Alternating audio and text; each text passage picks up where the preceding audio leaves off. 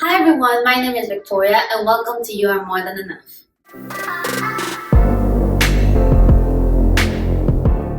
So by the title of this video, you might be wondering what the heck is the Bible. Well, this video is specifically about who did the first sin.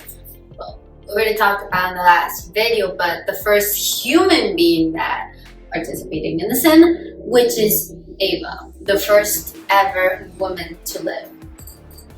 And we're gonna start with verse Genesis 3:6, which says, "So when the woman saw that the tree was good for food, that it was pleasant to the eyes, and the tree desirable to make one wise, she took of its fruit and ate. So she also gave her husband with her, and he ate." So what is my point with this verse? That here's where we see how the first sin came to the second sin. Disobedience. Eva disobeyed the command of God that gave them, do not eat from the tree that is in the midst of the garden. And the goal here is that it wasn't so much that she bit of the apple, but God, many people would think if God didn't want us to sin, then why did he put the tree there? Because he could have made us obedient like the angels, that it's just like, yes, God, yes, yes. But then our love for him wouldn't be as authentic, wouldn't be real. So God decided that I'm going to give humans free will. So that way, when they see temptation and they see that Satan lies to them and they turn around and say, "Not today, Satan! Oh, hell no!" then God will know that their love for God is really authentic. And because of this, Satan always lies. And one of the goals for him into lying is to make us sin. Now, let's get into detail what a sin is, which was fine, but let's get into detail with that. Sin, an immoral act considered to be a transgression against divine law. Immoral act, wrongdoing, act of evil, act of wickedness, transgression, crime, offense, commit a sin, offend against God, commit an offense, transgress, do wrong, commit a crime. Then we also have the meaning of sin in Hebrew. Sin in Hebrew is kata'al or kata'os. It is a feminine noun meaning sin, transgression, sin offering, punishment, offense, and habitual sinfulness. And then the word kataf comes from another word which is kata. It's a verb meaning to wrong, to sin, to lead into sin, astray, commit sin, fault, offend. Now, how can we avoid doing sins? Well, stop participating in the lie that Satan makes you commit. Why? Because lies have no power without our help. If we take away that armory to Satan and use it for the glory of God, we're not going to really commit sin. How do we do this? As I mentioned in the last video, self-control and obedience. Be obedient to all the authorities in your life. And we can read this in various verses, starting with Samuel 15:22. So Samuel said, "As the Lord has great delight in burnt offerings and sacrifices, as in obeying the voice of the Lord, behold, to obey is better than sacrifice, and to heed than the fat of rams."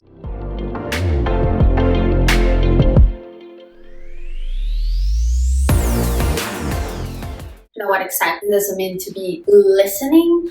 Well, Satan can use various things to make us sin. Of course, it all starts by listening to a lie. And I think that Satan can use to make us hear a lie are friends, famous people, TV, social media, and music. You can do it through music. Those are just some of the basic 5 things that I mentioned in the last video, and other more stuff that it's I take about an hour to explain.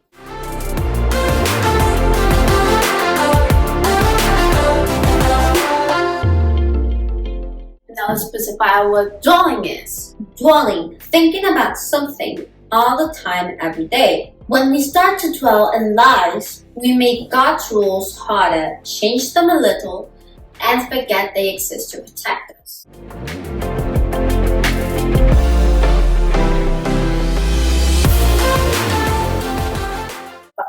What do I mean by believing? Well, stop believing the lies of Satan. You start believing the truth of God. And one of the ways to start to identifying is knowing what the biggest, the most common, fattest lie in the world is. My life would be bad with something. Black space. I'm gonna tell you something.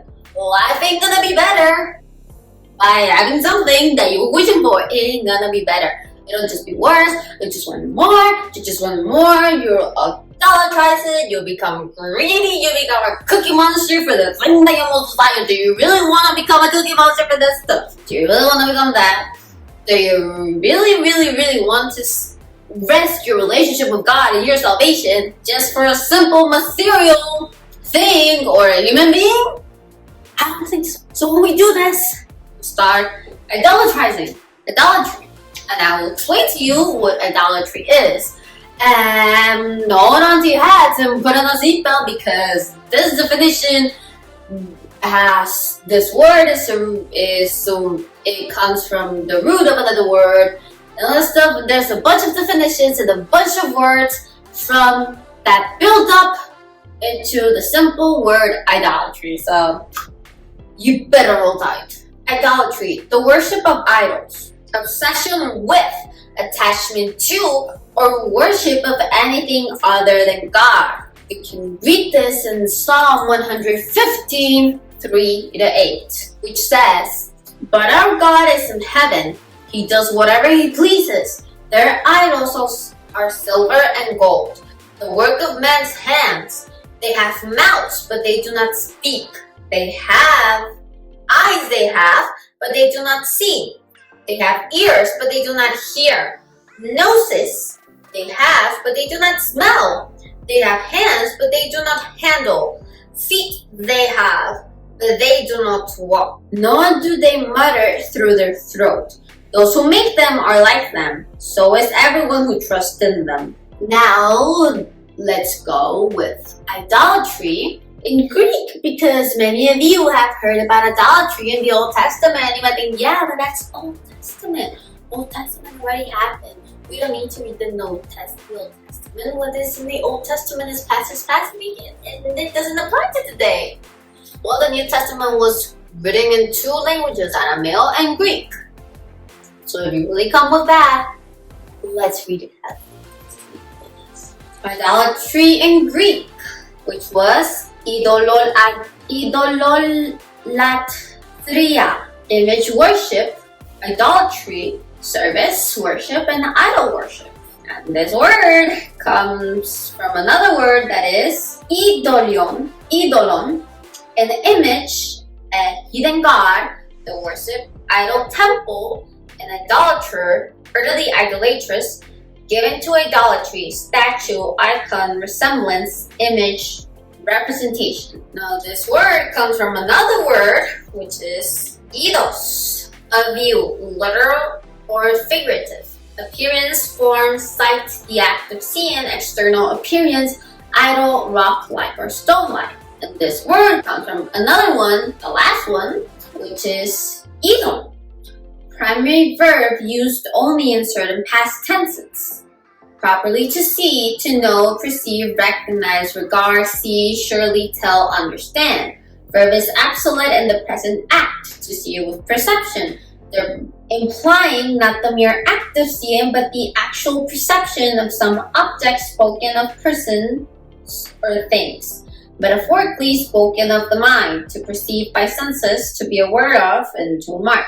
Now let's see the other thing that comes right hand in hand with our dear old enemy that stressed this brand, idolatry. Greed. And also, I'm gonna see it also in the definition as the New Testament. So Jesus did say greed, intense and selfish desire for something, typically wealth, power, and food. Consider the ultimate idolatry in which you worship yourself whatever you want, also known as coveting. Now, read in Greek. Arpagai Barangay means pillage, extortion, plundering. To seize upon with force, the act of spoiling, this passion to plunder, ravening, covetousness, spoils, arms stripped from an enemy, top of a hip, the choicest spoils in war. And this word comes from another word that is harpazo. To seize, pull out, take by force, catch, snatch away, spoil, to seize with eagerness or greed. Robbery, plunder, plundering, rapacious person, gasp with great violence, to receive unto, to remove, deliver, to draw away, to pluck out, and rescue.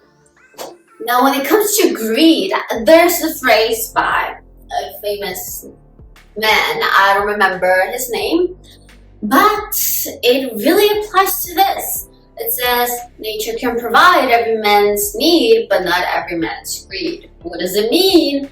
Let's put it into biblical context. Instead of nature, God. God obviously provides for every one of our needs, but He's not gonna provide. It's not that He can't, it's that He's not gonna provide for our greed. You might think that He's God, He can do it. Yes, but greed is not something good. When you turn your life to Christ and you might become greedy for something, what you have to think of is that God is probably gonna ask you for it. He's gonna ask you to give it to Him and let it go. He's not gonna give it to you until He sees that you're willing to let that thing go forever and ever, never think about it again, leave it behind into your past, never ask for it again, get rid of it completely, give it to Him with all the will of your heart, because God knows all of our hearts, all of our thoughts. So you know when you're just doing it for that He can give it back to you, or because you genuinely want to serve God and do His will. And when you show that you're mature enough spiritually and mentally and emotionally, that if He gives it to you, your relationship with God will not be affected and you will not depart from Him. He will give it to you. You will have to demonstrate that your relationship with God will remain the same, and that thing is just an extra, but your relationship with God will be intact, and it will not make you greedy for more, and of course, it will not make you sin.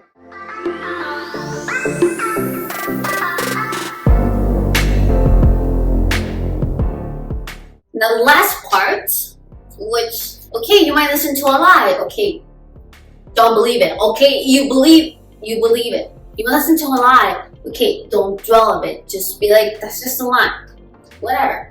You dwell on it, okay, don't believe it. Ask God for wisdom, ask God to take it away from your head, from your mind. You start believing it, okay. Ask for God, ask for a guide, a spiritual guide. It might be your parents, it might be your pastor. Ask God Himself for prayer. All of those 3 steps are preventable, but the one that is not preventable is act. When you act on the lie, in which you're giving pleasure to Satan, because one of Satan's ultimate goals by sinning is to cause death and destruction in the flames of Hades, in the flames of hell. But while we're not over there, if we don't get to go there and we obey God and do His will and everything, or ask for salvation so that He gives to us and go to heaven, He will satisfy Himself by making us miserable. He wants the main course and the dessert, but while He waits on that, He's gonna order some salad and appetizers. Miserability. We're gonna be les miserables. Les miserables. I'm sorry if I'm not pronouncing it right. I'm not. Except for pronunciating the older languages. That's right. So let's see what miserable means. Miserable, practically unhappy or uncomfortable. Now when you become miserable, it can be preventable if it doesn't go to the state of bondage. Once you go to the state of bondage, the only one that can save you from that is God. And you'll become bondage to your misery and depression and thoughts and lies and sins and the will of Satan, of his earthly death and destruction for you. Now let's see what bondage is. Bondage is the state of being tied up or controlled by something. The state of being a slave. Bondage in Hebrew is avodah, meaning work of any kind. Bondage, customary effect, farming labor, office, position, serve strenuously till use, work, force, labor, say first. So these are the stages of sin. All this that is so complicated is what Eva went through in just a couple minutes. Yeah, just like our heartbeat pushes blood through our body and comes back to it, and then again in a mere seconds, in a mere microseconds, and our lungs, all the functions that you may study in biology or in health class or anatomy class, all that kind of classes, that you'd be like, that is so much work. I think that takes so long. But then you feel your heartbeat, you hear you breathing, and it's just almost, you might think it's almost impossible for it to happen in those mere seconds, of microseconds. And it does. All of this thought can go from decades of process to one little microsecond of doing it. That little line between present and past can become blurred. That little line can be the thing that defines how it will affect your relationship with God, whether it be good or bad. So, Eva sinned 3:6. This is every single thing that Eva went through and that happened to Eva in a mere minutes, in a microsecond, for her to sin and made Adam sin.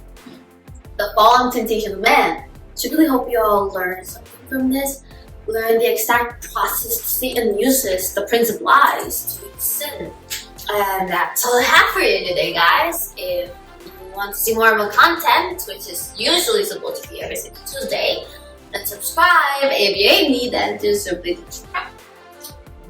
And if you like this video, give it a thumbs up. If you don't like this video, give it a thumbs down.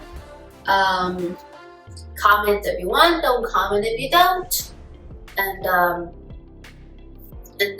see you next time, guys. Bye. We couldn't do it.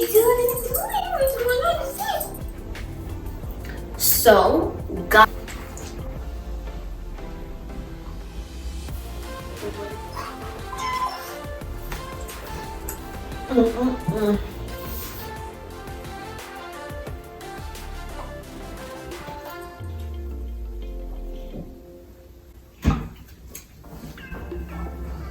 I love you too, puppy.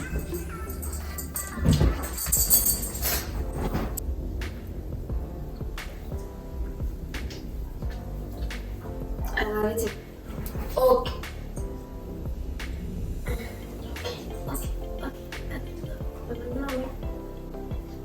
I love you too. Okay.